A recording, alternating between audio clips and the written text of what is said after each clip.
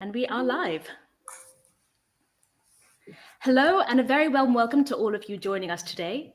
Today's conversation is about cultural diversity, and I'm thrilled to be joined by two special guests to share insights and tips from their own experience in this field. We also want to hear from you, so don't be shy. Share your questions and thoughts in the comments section.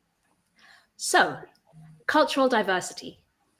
There's a lot of evidence out there about how diversity benefits businesses. For example, studies show diversity increases the likelihood of outperforming competitors by 35%, and diverse companies are 70% more likely to capture new markets. So without doubt, having a diverse workforce is essential for businesses today and business success.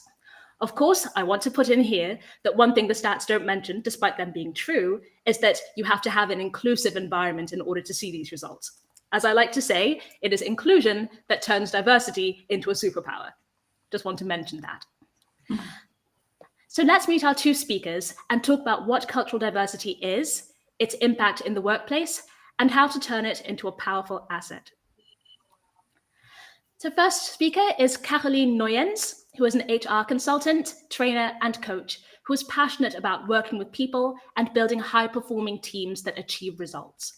Her special focus is working with companies to motivate employees and create the right conditions for sustainable employability in a world of change.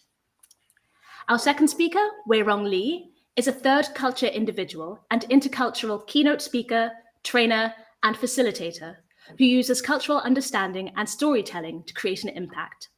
In 2020, she founded Raw Culture, a media and tech startup that connects multicultural talent to international companies and organizations. So welcome, Caroline and Wei-Rong. Thrilled to have you here this afternoon and to start this conversation with you. Yeah. Thank you very much, Tamara. Wonderful introduction. Thank you. So to dive in and roll up our sleeves, I'd like to ask the first question to Wei-Rong. In the introduction, I mentioned that you are a third culture individual. Can you explain to us what exactly this means? Great question. So a third culture kid or a third culture individual is a person who grew up in a country that's different than their parents. And so that's the raw definition of what that is. But I can give you a real life example, which is of my personal background. So I was born and raised in Budapest, Hungary, to Chinese parents, and I attended American school while growing up. So I was always surrounded by diverse cultures, diverse groups, and this really built my worldview and my experience from when I was very young. And I personally think that third culture kids, or global nomads, as a lot of people say, is a product, a beautiful product of globalization, of diverse communities coming together and creating the possibility where somebody is not representing only one place, but is a blend and mix of all of those different experiences. So I'm very proud to be a third culture kid. No, definitely. And as a fellow third culture kid, then I agree. I think that it is something which can bring a very special mix because, as you say, global nomad, you're able to really move between cultures, understand things, bring a different perspective. And in your work with Raw Culture, then the platform is setting up interactions, facilitating these connections between third culture individuals and enterprises, organizations. And what are some of the special skills that you believe TCIs, third culture individuals, bring to the market? Right. So third culture kids, beyond having a bigger insight into different cultures and environments, because of our exposure, we have more often knowing more than two languages, right? Because we grew up in these different cultural settings. And so you would often find that they speak more than two languages. And because of that, they're also highly flexible, adaptable, because we're often thrown into environments where we're not familiar with at all. And then we have to just navigate our way through, right? So we're very used to just being a chameleon and trying to blend into these environments, no matter what the context. So high flexibility, adaptability. And this characteristic, I believe, is extremely important right now in this landscape where we're literally connecting with people from all across the world, and we need to develop this capability. So I do believe those are the top two skills. And also the third skill is having the capability to have cultural intelligence. And that's something that I would say as third culture kids, as TCKs, we have more of a let's say, experience with, because once again, the exposure. But again, I do believe this is something that is becoming more and more important with how connected we are. So cultural intelligence, and that would also lead to cultural intelligence that would be needed for international markets and business knowledge as well. Thank you. Great perspective.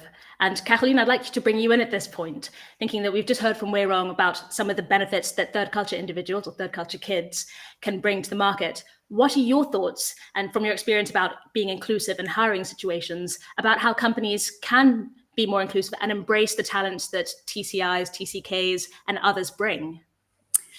Yeah, thank you for introducing me.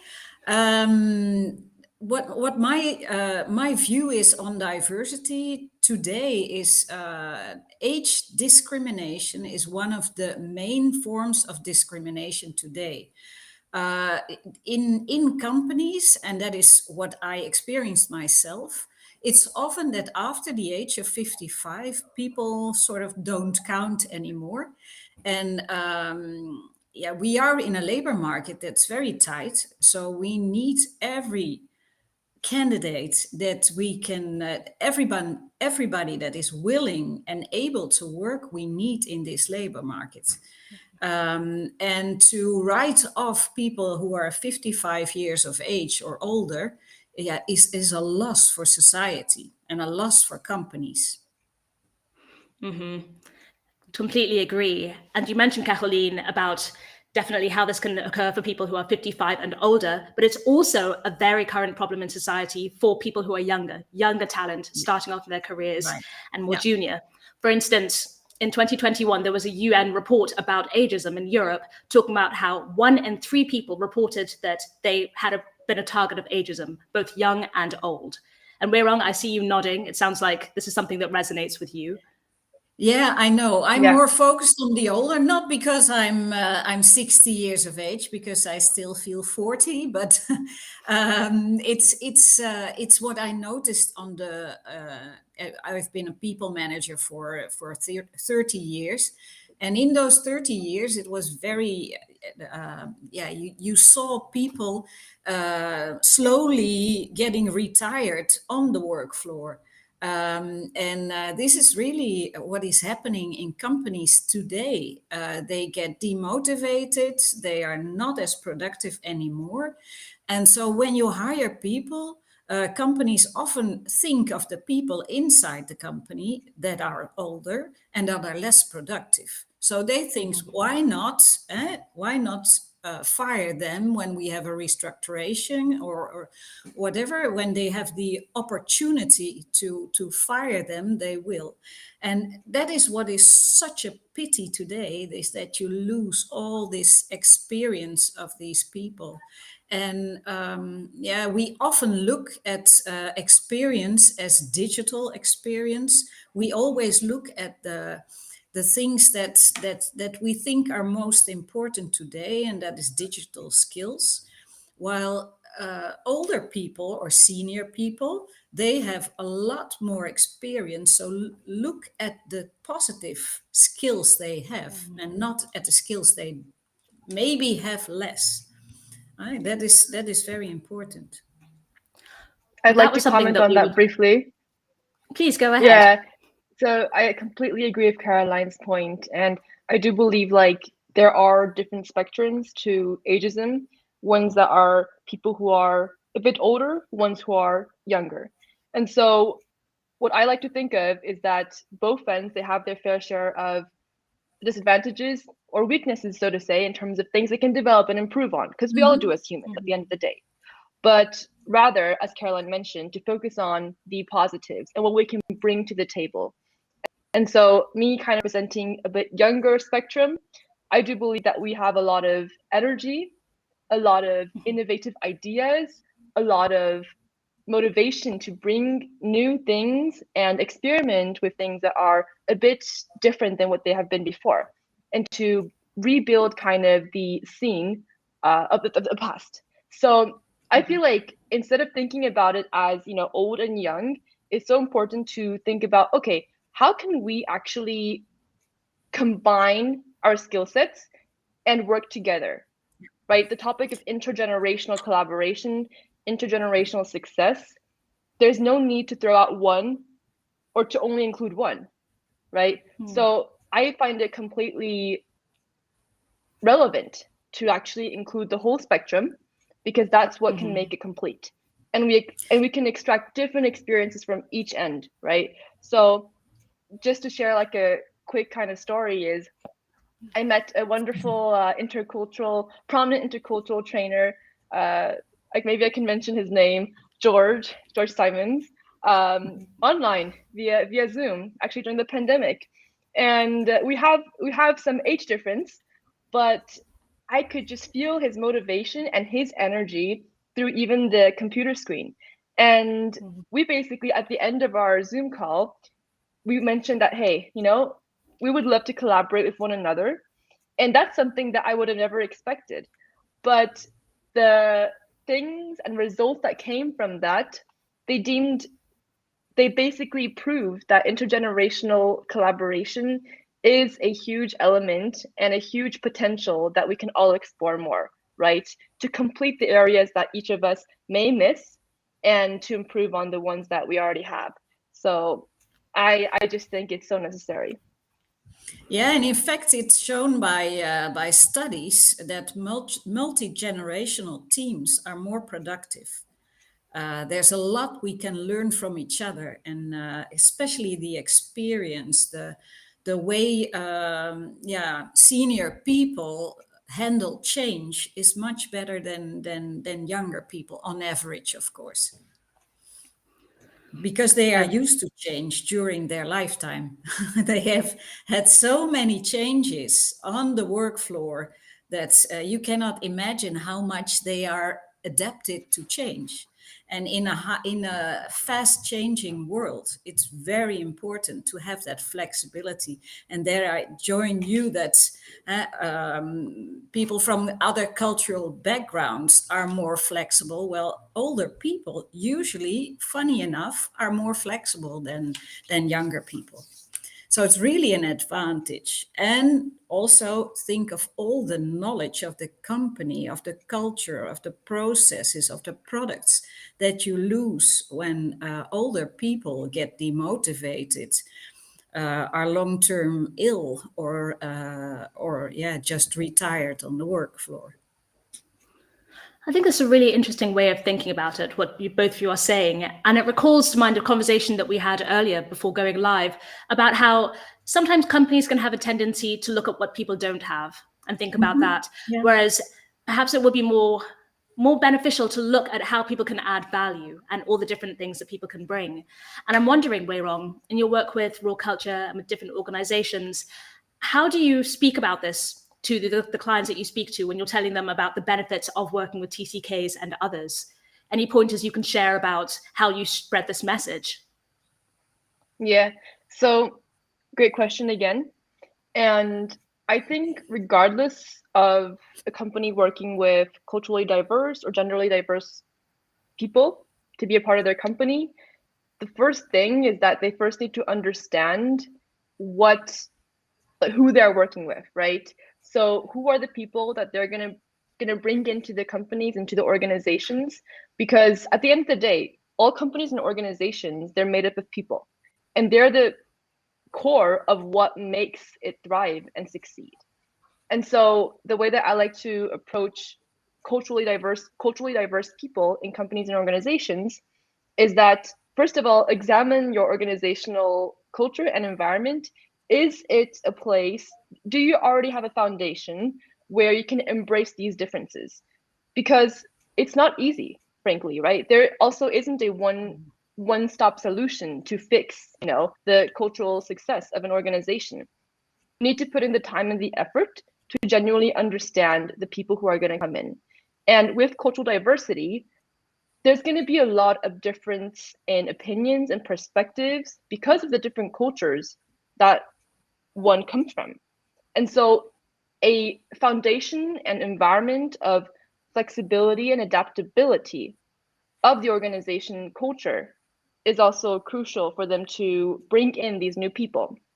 Because again, frankly, even if you do have people who represent from different geographical regions and different cultures, it won't guarantee success unless, also Tamara, you mentioned this, that you are inclusive about it, right? That you actually know what you are doing, bringing them in. So I think having this awareness and first building this foundation, sure that yes, we embrace people who are different and we pick out the value they can offer and let them connect and collaborate on those points. That's the first thing that I would probably think about for organizations and seeing the capacity for that. And any thoughts, Caroline, that you'd like to add on how companies and managers can best leverage the cultural diversity within their teams? Yes, of course, it starts with the hiring of people. It starts with the hiring that you keep your talent base, as your talent pool, as large as possible. So don't put any age restrictions, no experience restrictions, because people tend to react on that and don't apply. So keep it as broad as possible. If you use videos or photos, then have all ages on your pictures. And even people that are older than 55, invite them, because it shows that people who are above 55 get 34% less invited to interviews, even if they have the right competencies and attitude. So that we really have to change if we want to fill all the open positions today, but also because they have a lot of value to bring. And today it's maybe about hiring, but there's also the thing that keep your people sustainable, employable. And that's a very important thing for me. It's, a lot of seniors today on the work floor maybe are already demotivated and not that productive anymore. And that is because they have not been they have not continued learning and moving within and without the organization. We tend to keep experienced people on the position they are.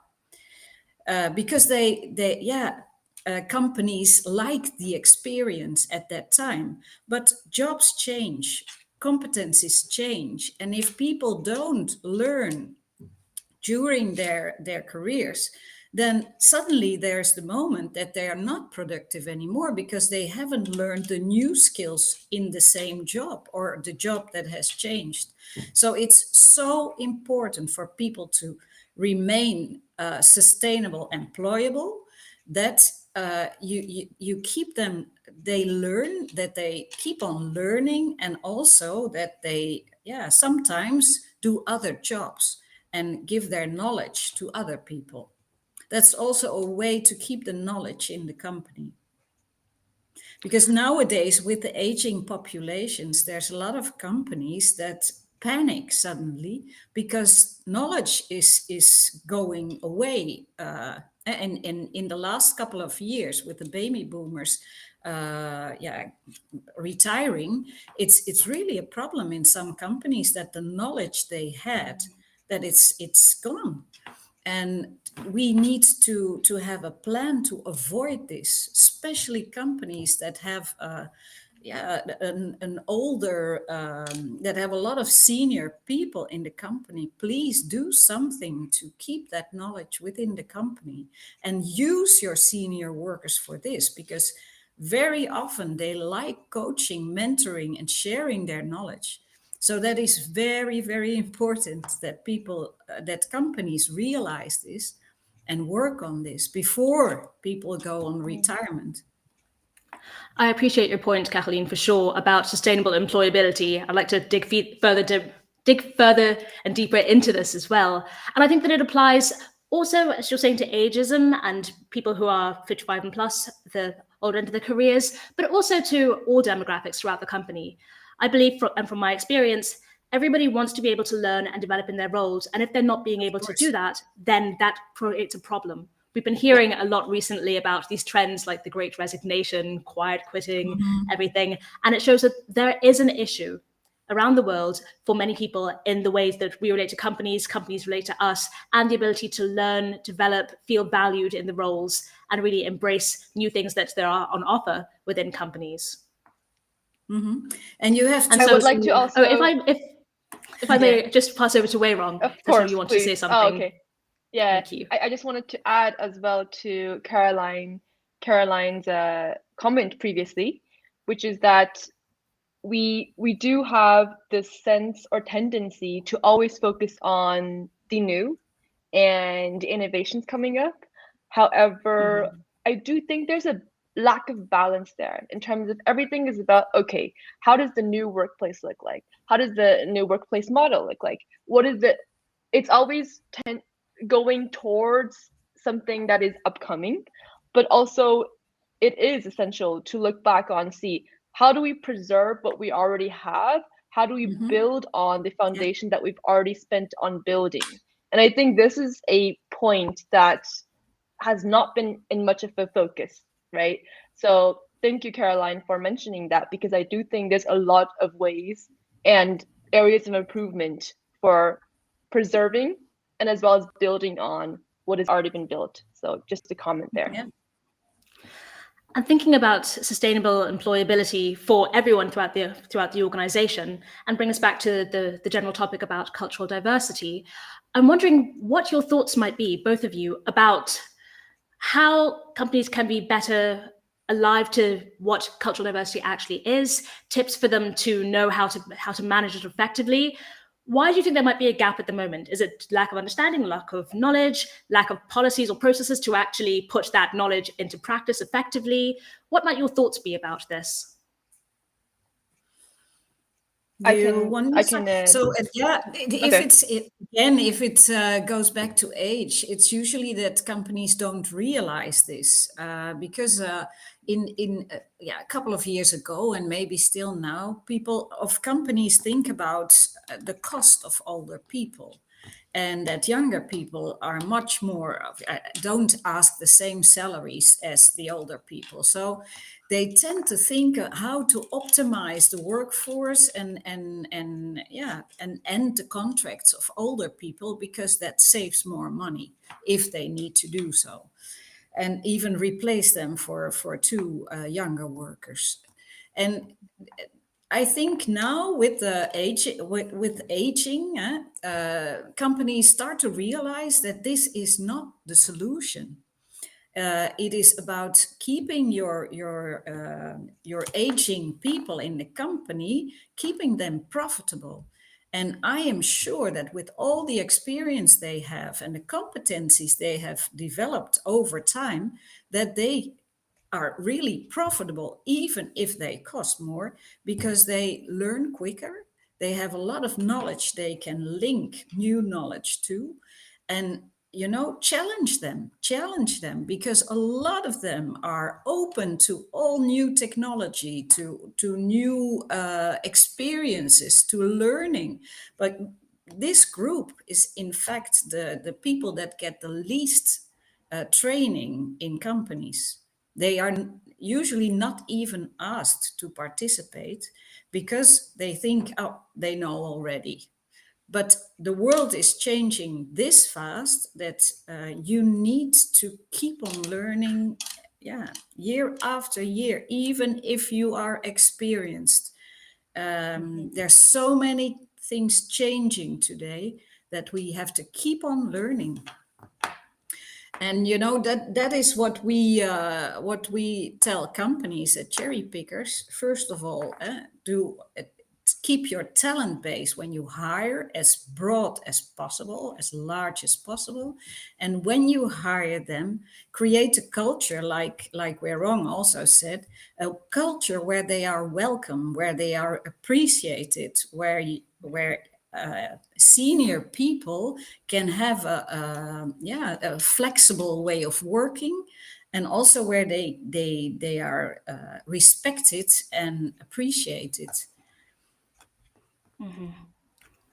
Yeah. And just to pick up there Yeah. before I go to you, Wei Rong, for your answer, if I may, because I've Yeah, seen something course. coming in for the comments. I think is very pertinent for what Caroline was just saying, talking about how some companies have very successful mutual mentorship programs across a wide range of diversities. So yes, talk about mentoring experiences. Juniors can learn about the company and the job, while people who are older can learn more about the experience of people who are younger. And also thinking about diversity as well within race, ethnicity, and differences there, and how that can enable learning across a wide spectrum of experiences. Yeah, and talking about learning, what is very important, I would like to add that is that you adapt your training to different groups in the company, because there are so many forms of learning available. Not everybody, like for example, standard Excel course. Senior people usually don't have anything don't take anything out of these courses. Why? Because it's general and not adapted to the work floor. If you give them a buddy that is a younger person that helps people on the work floor to work with programs that the company uses, it's much more efficient. I would like to add. No, thank you. Very interesting perspectives. And I'd definitely like just to pass over to Wei Rong to hear your thoughts about this topic as well. Yeah, of course. So if you kind of look into the definition of cultural diversity, one of the definitions is having various ethnic and cultural groups within a community.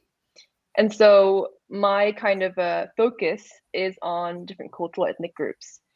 And for organizations and companies who are looking into bringing more cultural diversities in, most often what happens is that they'd like to choose one person that represents that whole entire group and community, right? So tokenism is something that usually ends up happening, because once again, they don't believe in the actual idea of having cultural diversity. They think that representing and having one person there, it will solve the issue like that. But having cultural diversity is having a group, a community of people who are different and bringing them in, fostering them in.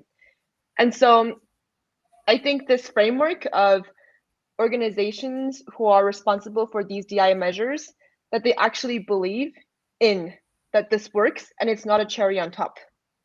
So in terms of this, I would say that organizations have to understand that it's kind of a loss on their end if they do not bring in people who are from culturally diverse backgrounds, because it has been proven, as you mentioned, Tamara, from multiple reports, that cultural diversity actually has a great correlation to financial success of companies as well. So it's not that they're losing anything by bringing in these diverse voices. Instead, they're going to be losing something if they do not. So I think changing the perspective and making that shift that, hey, we're not doing this just because it's a hot topic right now, but doing it because it actually creates effective results.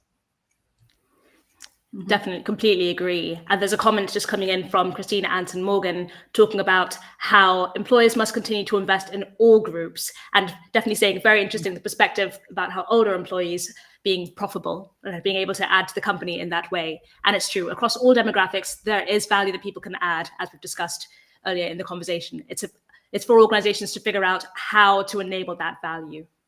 And we're coming, unfortunately, rapidly to the end of our time together, but I wanted to ask a question specifically to Wei Rong, because you've shared some what so far in the discussion today. And as I mentioned in your intro, storytelling is a big part of your work. So I wanted to ask what the value that you see really in general for bringing in storytelling. How do you find that enhances your work when it comes to telling people about cultural diversity and helping them see the benefits? Right. So if you think back to decades before, let's say the Stone Age, people told stories back then.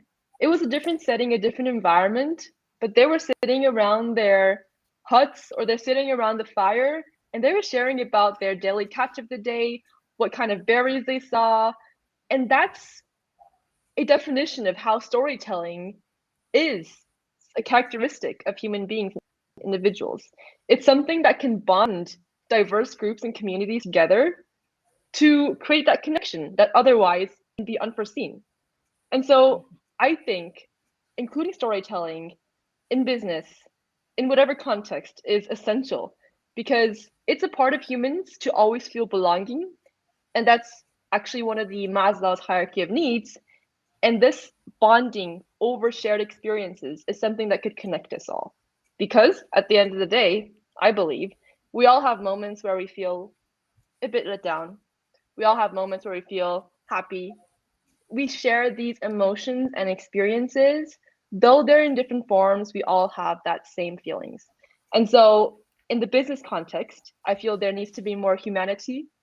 And instead of looking beyond only at the numbers, relating those to a specific mission and vision is something that storytelling can bring in. So that's why I think it's very effective, and especially also in the cultural diversity component. For sure. I love how you weave in that part about belonging, and yes, just how as humans, stories are effectively shown to be very, very effective for us for engaging, connecting, forging those relationships with other people, fostering belonging. And just to bring in a question from Christine before we end, well, sorry, not a question, a comment from Christine talking about how inclusion is very important and having that sense of belonging, and that is what encourages people to stay from Simply. So Amen. Unfortunately now we've, thank you. We've come to the end of our time. This always goes very quickly, but I want to say a huge thank you to all of you who have joined and put in your comments and thoughts and questions, and also to Caroline and Wei Rong for making this a really engaging and thoughtful discussion today. So I'd just like to say to those joining us, if inclusion is your thing and you'd like tips and insights to inspire action, then I'm going to flash a link up on screen. You can go there to sign up for my business's monthly newsletter. And in particular, if you're starting your inclusion journey, you'd like some aid around that, and you want to know what next steps to take, this is definitely for you. So let me put the link up on screen. There we are. So thank you very much, Caroline and Wei Rong, for joining us, and those of you at home as well for bringing in your questions and thoughts. We'll be back with a webinar in March around embracing equity, the theme for this year's International Women's Day. But for the moment, I wish you all a great rest of the day. Thank you. Thank you very much.